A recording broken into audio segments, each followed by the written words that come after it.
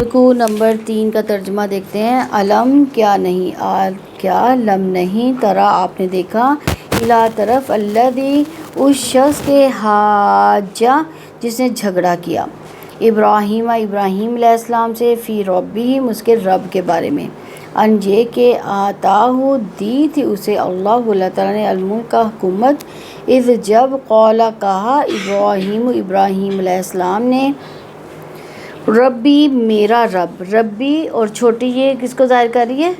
میرے کو، رب اور جی دو ہے نا، دو چیزیں ہیں۔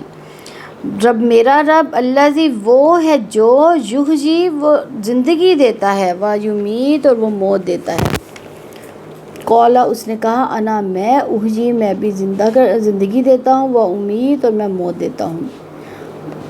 قال کہا ابراہیم علیہ السلام نے، فإن تو بلا شبہ، اللہ تعالیٰ، یأتی لاتا ہے، بالشمس سورج کو، من المشرقی مشرق سے، فأتی پھر تم نکال کر لاؤ، بہا اس کو، من المغربی مغرب سے، وبہتا تو حیران رہ گیا، الذی وہ جس نے کفر کیا، واللہ اور اللہ تعالیٰ، لا نہیں، یہدی وہ ہدایت دیتا، القوم قوم کو، ظالمین ظالم، او یا کالذی مانند اس شخص کے جو، مرہ گزر گیا، علی قریۃ اوپر ایک بستی کے، وہی اور اس حال میں کہ وہ، خاویۃ اوندھی پڑی تھی، علی عروشہا اوپر اپنی چھتوں کے، قال اس نے کہا، انا کیسے، یحیی زندہ کرے گا، ہذہ اس کو، اللہ تعالیٰ، بعد موتہا اس کی موت کے۔ ہاں کی ضمیر کس کے لیے آئی ہے؟ کریہ کے لیے، کریتن، گول تا ہے نا، گول تا مونس کی تا ہوتی ہے۔ فاماتہ تو موت دے دی اس کو، تو اماتہ موت دے دی، اس کو، اللہ تعالیٰ نے، میاتہ 100 عامن سال، ثم پھر بعثہ زندہ کیا اسے، بعثہ زندہ کیا یا دوبارہ اٹھانا، اسے، قال اس نے فرمایا، یعنی اللہ تعالیٰ نے فرمایا، کم کتنی، لبثت تم رہے، قال اس نے کہا، لبثت میں رہا، لبثت میں ایک ہے لبثتا اور دوسرا ہے لبثتو، تا میں تو کے معنی آ رہے ہیں، ٹھیک ہے، اور تاپش تو میں آ رہے ہیں میں کے معنی، ٹھیک ہے۔ جب یہ تا کے اوپر پیش ہوگی تو میں کے معنی دے گا، اور تا کے اوپر زبر ہوگی تو کے معنی، یعنی تو ایک مرد، اور اگر تا کے نیچے زیر ہوئی تو وہ کس کے معنی دے گی؟ ہاں، تو ایک عورت، اس کے معنی میں، تو کیونکہ یہ مرد ہے تو اس نے، کتنی دیر رہے تم، کم لبثتا، قال اس نے کہا، لبثت میں رہا، یومن ایک دن، او بعض یا کچھ حصہ، یومن دن کا، قال فرمایا، بلکہ لبثتا تم رہے، میاتہ 100 عامن سال، فانظر سو تم دیکھو، الی طعامکا طرف اپنے کھانے کی، و شرابکا اور اپنے پانی کی، لم نہیں اور اپنے پینے کی، لم نہیں، یتسنہ وہ خراب ہوا، وانظر اور تم دیکھو، الی حمارکا طرف اپنے گدھے کی، الی طرف حماری گدھا کا اپنے، الی حمارکا اپنے گدھے کی طرف، ولنجعلک اور تاکہ ہم بنائیں تمہیں، وا اور لی تاکہ، نون ہم، جعل بنائے، کا تجھے، سمجھ آئیے کتنے لفظ ہیں، وا اور لام زیر یہ لی تاکہ، نون ہم، جعل بنائے، کا تمہیں، ولنجعلک اور تاکہ ہم بنائے تمہیں، آیتاً نشانی، للناس لوگوں کے لیے، لام زیر یہ لی کے لیے، ناس لوگوں کے لیے، وانظر اور تم دیکھو، الی العظام ہڈیوں کی طرف، الی طرف عظام ہڈیوں کی طرف، کیفا کیسے، ننشزھا ہم اٹھا کر جوڑتے ہیں اس کو، نون ہم، نشزو جوڑتے ہیں، ہا اسے، ہم اٹھا کر جوڑتے ہیں ان کو، ثم پھر نکسوہا ہم پہناتے ہیں ان کو، نون جو ہے ہم کے معنی دے رہا ہے، کسو پہنانا، ہا ان کو، ہم پہناتے ہیں ان کو، لحمن گوشت، فلما پھر جب، تبینہ خوب واضح ہو گیا، لہو اس کے لیے، قال اس نے کہا، عالم میں زیادہ جانتا ہوں، یعنی یہ اکبر کے وزن پر ہے نا، اکبر یعنی کبیر بڑا، اکبر سب سے بڑا، علم جاننا، اور عالم سب سے زیادہ جاننے والا، یعنی میں زیادہ جانتا ہوں، اس میں مبالغے کا صیغہ پایا جاتا ہے۔ انا یقیناً اللہ تعالیٰ علی اوپر کلی ہر شیء چیز کے قدیر پوری طرح قدرت رکھنے والا ہے۔ وَإِذْ اور جب قالا کہا ابراہیم علیہ السلام نے ربی اے میرے رب، ارینی، اب یہاں پہ میرے کے معنی کہاں پہ آ رہے؟ ربی میں با کے نیچے جو زیر ہے وہ میری کو ظاہر کر رہا ہے، ٹھیک ہے، اے میرے رب، ارینی تو دکھا مجھے، کیفا کیسے، تحیی تو زندہ کرے گا، الموتى مردوں کو، قالا اس نے کہا، یعنی اللہ تعالیٰ نے فرمایا، اولم اور کیا نہیں، تو امین تو یقین رکھتا، اولم سے دیکھیں آ کیا، وا اور لم کیا، اور کیا نہیں، سوری حمزہ جو ہے کیا کے معنوں میں، واو اور کے معنوں میں، لم نہیں کے معنوں میں ہے۔ اولم اور کیا نہیں، تو امین تو یقین رکھتا ہے، قالا اس نے کہا، بلا کیوں نہیں، ولیکن اور لیکن، لیطمئن تاکہ مطمئن ہو جائے، قلبی میرا دل، قلب کا مطلب دل، اور چھوٹی یہ میرے کے معنوں میں آ رہا ہے میرا دل۔ قالا اس نے کہا، یعنی اللہ تعالیٰ فرماتے ہیں، فخذ تو تم لے لو، اربعۃ 4 من الطیر پرندوں میں سے، فصرہن پھر مانوس کر لو انہیں، الیکا اپنی طرف، ثم پھر اجعل تم رکھ دو، علی اوپر، کلی ہر جبل پہاڑ کے، منہن ان میں سے، جزءاً ایک ٹکڑا، ثم پھر ادعوہن تم بلاؤ انہیں، یاتینکا وہ چلے آئیں گے تمہارے پاس، سعین بھاگتے ہوئے، وعلم اور تم جان لو، اللہ یقیناً اللہ تعالیٰ عزیز سب پر غالب، حکیم کمال حکمت والا ہے۔ نمبر 3 کی تفسیر دیکھتے ہیں، آیت نمبر 258، الم تر الی الذی حاج ابراہیم فی ربہ ان آتاہ اللہ الملک اذ قال ابراہیم ربی الذی یحیی و یمیت قال انا احیی و امیت قال ابراہیم فإن اللہ یأتی بالشمس من المشرق فأت بها من المغرب وبہت الذی کفر واللہ لا یہدی القوم الظالمین۔ کیا آپ نے اس کو نہیں دیکھا جس نے ابراہیم سے اس کے رب کے بارے میں جھگڑا کیا، یہ کہ اللہ تعالیٰ نے اسے حکومت دی۔ جب ابراہیم علیہ السلام نے کہا میرا رب تو وہ ہے جو زندگی دیتا ہے اور موت دیتا ہے، اس نے کہا میں بھی زندگی دیتا ہوں، موت دیتا ہوں۔ ابراہیم علیہ السلام نے کہا اللہ تعالیٰ تو بلا شبہ سورج کو مشرق سے لاتا ہے، پھر تم اس کو مغرب سے نکال کر لاؤ۔ تو وہ حیران رہ گیا جس نے کفر کیا، اور اللہ تعالیٰ ظالم لوگوں کو ہدایت نہیں دیتا۔ یہ جھگڑا کرنے والے کون تھے؟ بادشاہ نمرود تھا، نمرود بن کنعان بن سام بن نوح تھا، یہ جو حضرت ابراہیم علیہ السلام سے جھگڑا کر رہا تھا۔ تو اللہ تعالیٰ نے کیا فرمایا، ان آتاہ اللہ الملک، یہ کہ اللہ تعالیٰ نے اسے حکومت دی تھی۔ سیدنا ابراہیم علیہ السلام کے ساتھ جو جھگڑا کر رہا تھا، اللہ تعالیٰ نے اس کو بادشاہ بنایا ہوا تھا۔ نمرود نے سیدنا ابراہیم علیہ السلام سے رب کے بارے میں جھگڑا کیا تھا، اس بنا پر کیا تھا کہ اللہ تعالیٰ نے اسے حکومت دی، حکومت پا کر اس میں سرکشی آ گئی تھی، جس کی بنا پر اسے جھگڑا کیا۔ 2 وجہ سے سرکشی آتی ہے نا، یا تو آپ کے پاس مال و دولت ہوگا، یا آپ کے پاس بادشاہت ہوگی، آپ کے پاس عہدہ بڑا ہوگا، تو ان 2 وجہ سے انسان میں سرکشی آ جاتی ہے، اللہ کا انکار کر بیٹھتا ہے۔ قدیم بادشاہ لوگوں کو یہ یقین دلا کر ان پر حکومت کیا کرتے تھے کہ وہ خدا کا انسانی پیکر ہے۔ نمرود کی قوم سورج کو دیوتاؤں کا سردار مانتی تھی اور اس کی پوجا کرتی تھی۔ نمرود نے کہا کہ وہ سورج دیوتا کا اوتار ہے، یہ یقین دلا کر عوام کو اس پر حکومت کیا کرتے تھے، اس لیے وہ لوگوں پر حکومت کرنے کا خدائی حق بھی رکھتا تھا وہ۔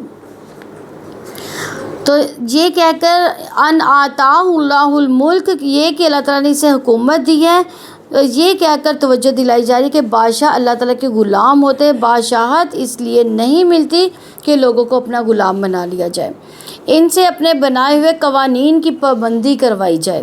بادشاہت کی وجہ سے شکر گزاری کا رویہ اختیار کرنا چاہیے تھا، لیکن اس نے کیا کیا؟ کفر اور سرکشی کا راستہ اختیار کیا۔ ایک مدت تک بادشاہت کرنے کی وجہ سے اس میں غرور پیدا ہو گیا تھا، اور شیطان نے اس کے دماغ میں یہ خیال بٹھا دیا تھا کہ وہی لوگوں کا رب ہے۔ اس نے سیدنا ابراہیم علیہ السلام سے اللہ تعالیٰ کی ربوبیت کے بارے میں بحث کی اور یہ دعویٰ کیا کہ وہ بھی وہی کام کر سکتا ہے جو خدا کر سکتا ہے، نعوذ باللہ۔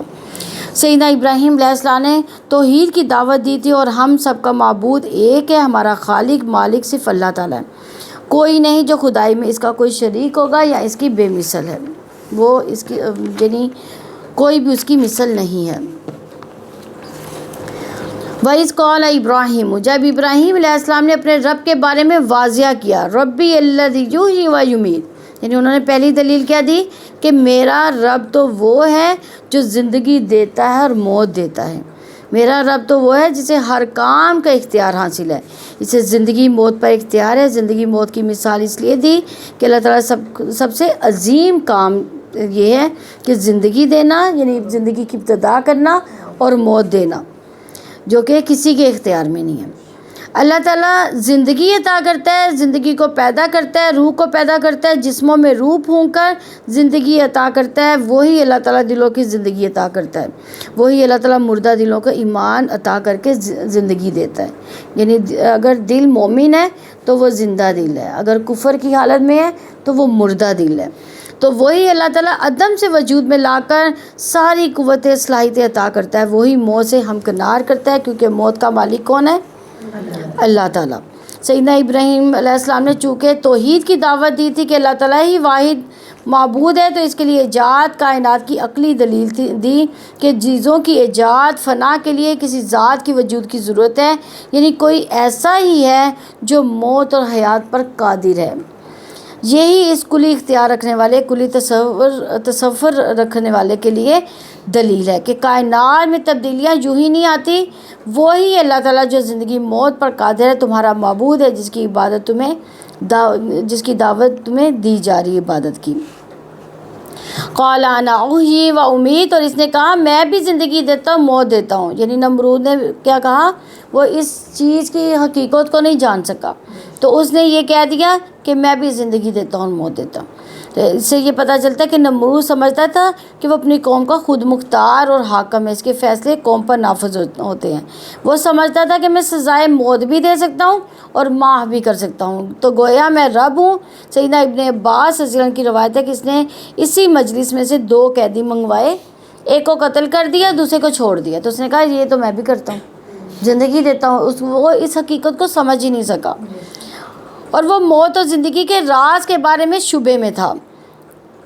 فَإِنَّ اللَّهَ يَأْتِي بِالشَّمْسِ مِنَ الْمَشْرِقِ فَأْتِي بِهَا مِنَ الْمَغْرِبِ، تو حضرت ابراہیم علیہ السلام نے دوسری دلیل یہاں پہ دے دی کہ اللہ تعالیٰ تو بلا شبہ سورج کو مشرق سے لاتا ہے، پھر تم اس کو مغرب سے نکال کر لا، یعنی موت اور حیات کی زندگی پر وہ اس نے قدرت اس کو بتا دی کہ یہ تو میں بھی رکھتا ہوں، تو اس کی حقیقت کو نہیں سمجھ سکا۔ تو حضرت ابراہیم علیہ السلام نے دوسری دلیل دی کہ ہماری آنکھ روزانہ فطرت کا یہ نظارہ دیکھتی ہے کہ کبھی اس نظام میں کوئی خلل نہیں آیا، یعنی سورج ہمیشہ مشرق سے نکلتا ہے، مغرب میں ڈوبتا ہے۔ کائنات کی گواہی انسان کی فطرت کو اپیل کرتی ہے۔ سیدنا ابراہیم علیہ السلام نے فطرت انسانی کا ہاتھ پکڑ کر چیلنج کیا کہ نمرود کے پاس کوئی جواب نہیں پھر رہ گیا۔ سیدنا ابراہیم علیہ السلام کے لیے نمرود حریف نہیں تھا، اس لیے وہ چاہتے تھے کہ ایسی دلیل دیں جو اس کے دل کو اپیل کرے۔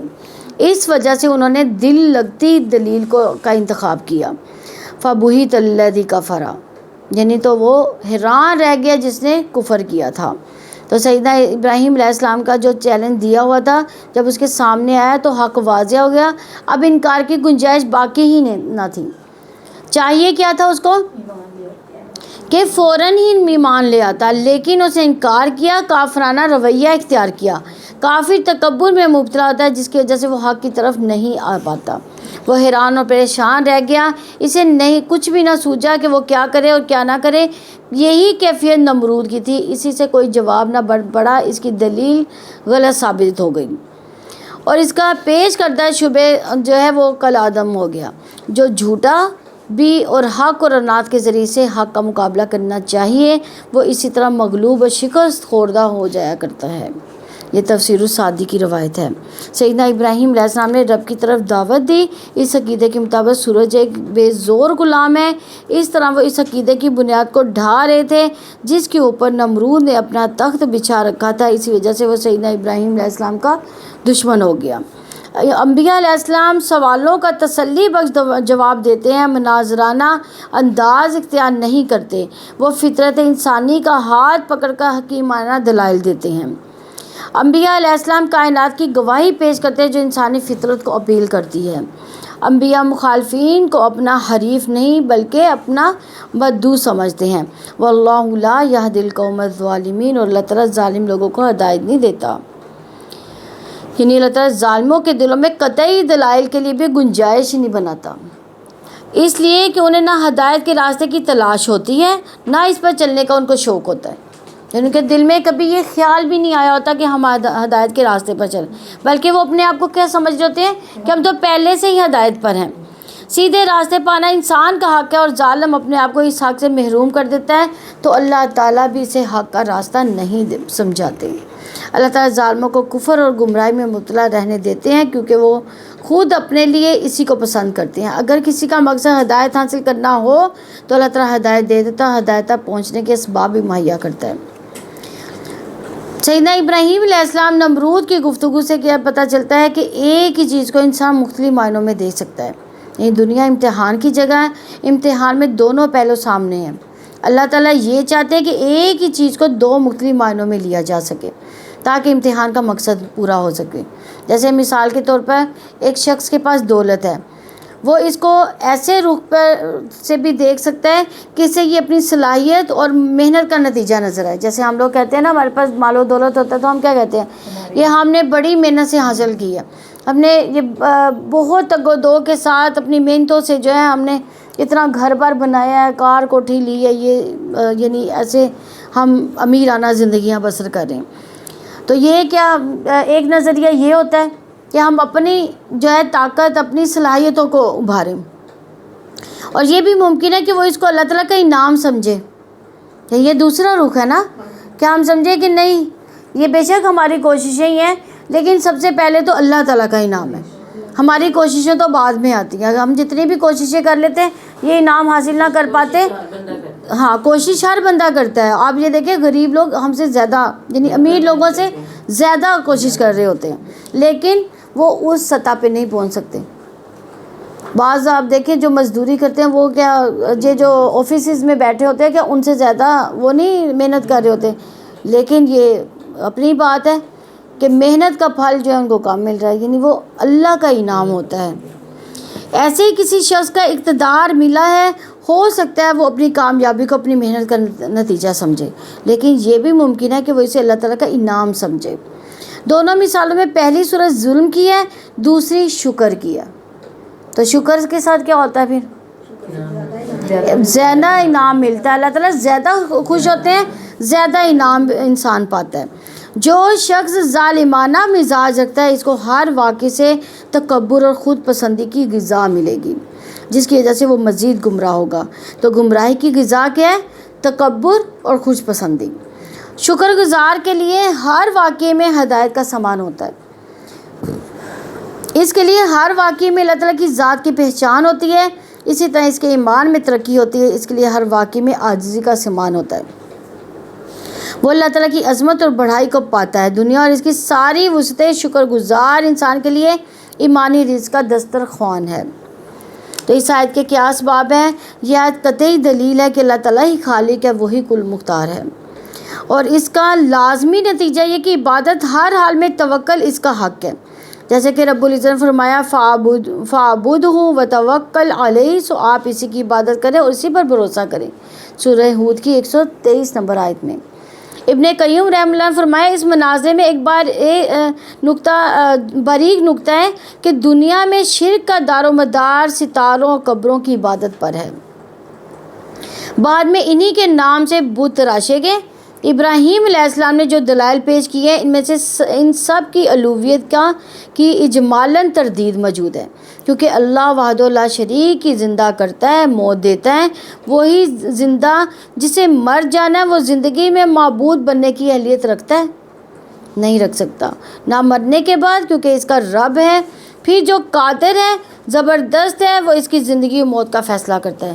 جو ایسا مجبور ہو وہ معبود کیسے ہو سکتا ہے کہ اس کی صورت کا بت بنایا جائے، اس کی پوجا کی جائے؟ اسی طرح ستاروں کا حال ہے کہ اس میں سے بڑا نظر آنے والا سورج ہے، یہ بھی حکم کا پابند ہے، اپنے بارے میں آزادی سے فیصلہ نہیں کر سکتا، بلکہ اس کا خالق اور مالک ہی اسے مشرق میں لاتا ہے اور اسی کے حکم اور مرضی کے مطابق اس کی اطاعت کرتا ہے۔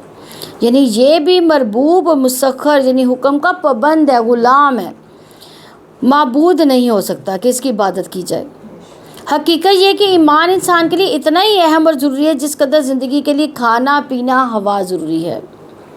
آیت نمبر 259 ہے او کالذی مر علی قریۃ وہی خاویۃ علی عروشها قال انا یحیی هذہ اللہ بعد موتها فاماتہ اللہ 100 عام ثم بعثہ قال کم لبثت قال لبثت یوما او بعد یوم قال بل لبثت 100 عام فانظر الى طعامك وشرابك لم يتسنى وانظر الى حمارك ولنجعلك آیة للناس وانظر الى العظام کیف ننشزها ثم نکسوها لحما فلما تبین له قال اعلم ان اللہ علی کل شیء قدیر۔ یا اس شخص کی مانند جس کا گزر ایک بستی پر ہوا جو اپنی چھتوں کے اوپر اوندھی پڑی تھی، اس نے کہا اس کی موت کے بعد اللہ تعالیٰ اس کو کیسے زندہ کرے گا؟ تو اللہ تعالیٰ نے اس کو 100 سال تک موت دے دی، پھر اس کو زندہ کیا، پھر پوچھا تم کتنی دیر رہے؟ اس نے کہا میں 1 دن یا اس کا کچھ حصہ رہا۔ اللہ تعالیٰ نے فرمایا بلکہ تم 100 سال تک رہے۔ سو اپنے کھانے پینے کی چیزوں کو دیکھو، وہ بالکل ہی خراب نہیں ہوئی۔ اپنے گدھے کو بھی دیکھو تاکہ ہم تمہیں لوگوں کے لیے نشانی بنائیں، اور ہڈیوں کی طرف دیکھو کیسے ہم اس کو اٹھا کر جوڑتے ہیں، پھر ان کو گوشت پہناتے ہیں۔ پھر جب اس پر خوب واضح ہو گیا تو اس نے کہا میں جانتا ہوں کہ اللہ تعالیٰ ہر چیز پر واقعاً پوری طرح قدرت رکھنے والا ہے۔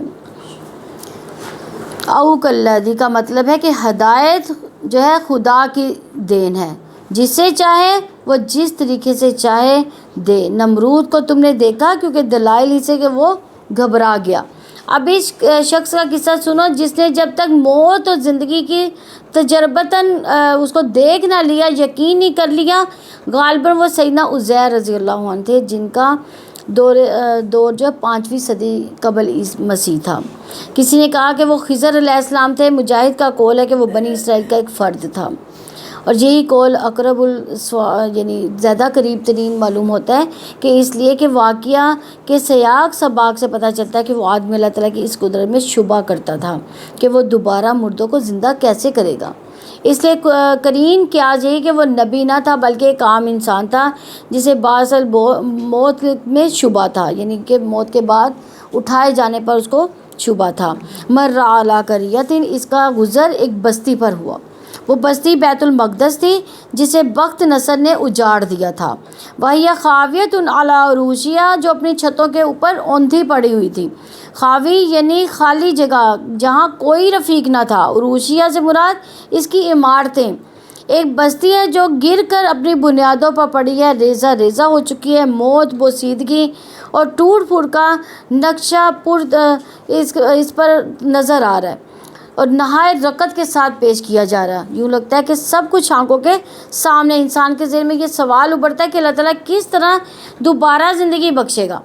اسی تباہی میں سے تعمیر کیسے ابھرے گی؟ قال انا یحیی هذه اللہ بعد موتها، اس نے کہا اس کی موت کے بعد اللہ تعالیٰ اس کو کیسے زندہ کرے گا؟ اس کے دل میں خیال آیا تھا۔ اس شخص نے بیت المقدس کو ویران دے کر یہ سوچا تھا کہ یہ کیسے یہ پر رونق ہوگا، اس کی رونق کیسے جو ہے دوبارہ واپس آئے گی، یہ تو خاک آلود ہو گئی، اب اجڑنے کے بعد کیسے آباد ہوگا؟ نہ کوئی انسان، نہ مکان، کھنڈرات کیسے آباد ہو سکتے ہیں؟ بیت المقدس کی ویرانی کے بارے میں سوچتے سوچتے یہ خیال آیا کہ اب یہ آباد کیسے ہوگا؟ اسے یہ چیز ناممکن محسوس ہوئی۔ اس نے اللہ تعالیٰ کی قدرت کا صحیح اندازہ نہیں کیا۔ فَأَمَاتَهُ اللَّهُ مِئَةَ عَامٍ، تو اللہ تعالیٰ نے اس کو 100 سال تک موت دے دی۔ اللہ تعالیٰ نے اس شخص کو 100 سال کے لیے سلا دیا، جس کے دل میں یہ بات جو ہے گھر کر گئی تھی۔ تو اللہ تعالیٰ نے اس کو کیسے زندہ کیا؟ ثُمَّ بَعَثَهُ قَالَ كَمْ لَبِثْتَ، پھر اس نے کہا زندہ کیا اور پوچھا تم کتنے دیر رہے؟ پھر اٹھایا اور پوچھا کتنا عرصہ اس حالت میں رہے ہو؟ قال لبثت یوما او بعد یوم، اس نے کہا ایک دن یا اس کی کچھ دن، وہ دن نکلتے ہی فوت ہو گئے تھے اور غروب آفتاب کے وقت زندہ ہوئے، اس لیے وہ سمجھا کہ ایک دن گزرا اور ابھی سورج غروب ہی نہیں ہوا۔ اس لیے کہا کہ دن کا کچھ حصہ رہا ہوں۔ دوسرے یہ کہ اس کے احساسات ختم ہو چکے تھے، اسے صرف اپنی موت سے پہلے والی حالت ہی یاد رہی تھی۔ قال بل لبثت مئۃ عام، اللہ تعالیٰ نے جواب دیا بلکہ تم 100 برس اس حالت میں رہے ہو۔ فانظر الی طعامک و شرابک لم یتسنہ، اپنے کھانے پینے کی طرف دیکھو، اس میں سے کوئی بھی چیز خراب نہیں ہوئی۔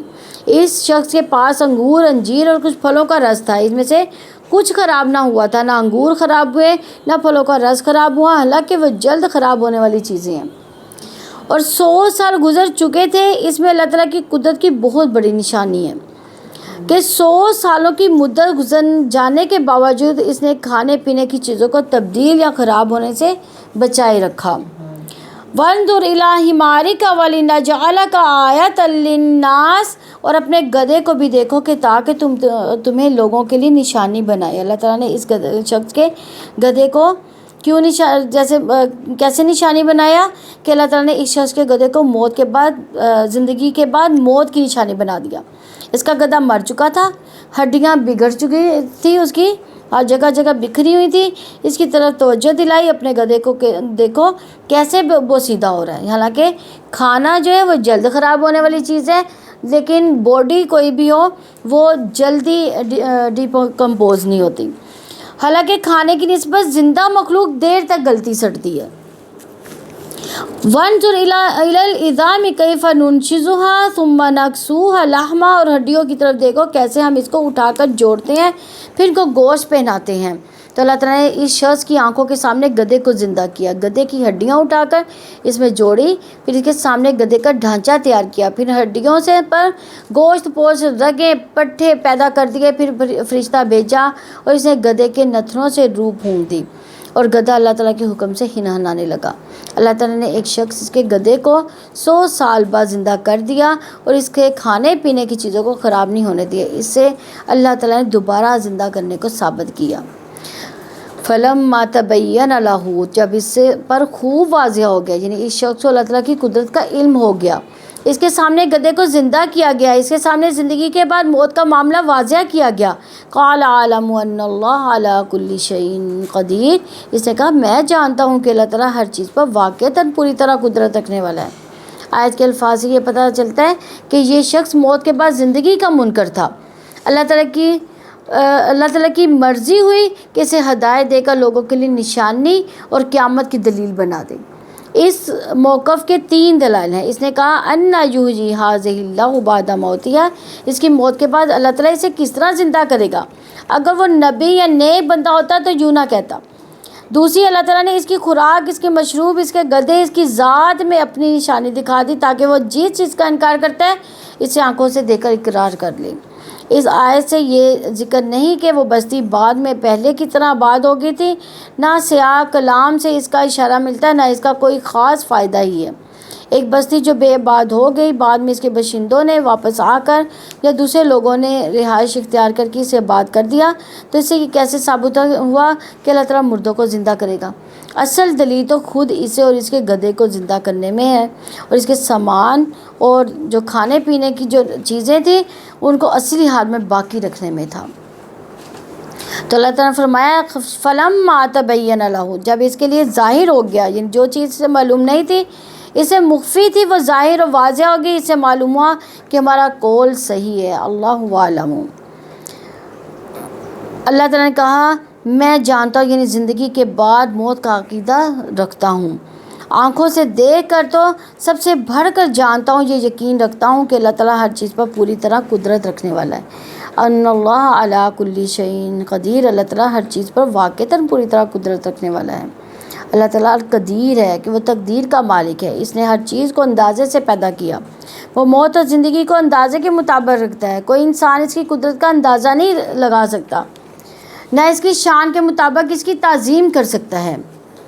آیت نمبر 260 ہے وَإِذْ قَالَ إِبْرَاهِيمُ رَبِّ أَرِنِي كَيْفَ تُحْيِي الْمَوْتَى قَالَ أَوَلَمْ تُؤْمِنْ قَالَ بَلَىٰ وَلَٰكِنْ لِيَطْمَئِنَّ قَلْبِي قَالَ فَخُذْ أَرْبَعَةً مِّنَ الطَّيْرِ فَصُرْهُنَّ إِلَيْكَ ثُمَّ اجْعَلْ عَلَىٰ كُلِّ جَبَلٍ مِّنْهُنَّ جزءاً ثم ادعوهن يأتينك سعيا وعلم ان اللہ عزیز حکیم۔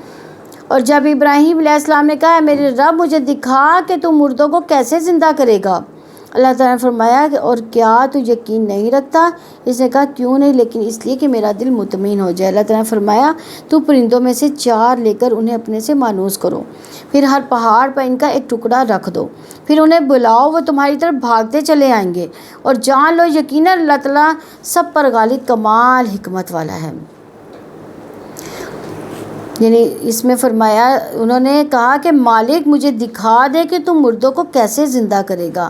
یعنی یہ ذوق و شوق ایک فطری عمل ہے، اس شوق کا تعلق ایمان کی پختگی اس کے ساتھ نہیں ہے۔ ایمان کے نتیجے میں مومن کے دل میں کئی قسم کے جذبات پیدا ہوتے ہیں، ان میں سے ایک یہ ہے کہ وہ قدرت کے رازوں میں جھانکے، یہ شوق بھی اس سلسلے کی ایک کڑی ہے۔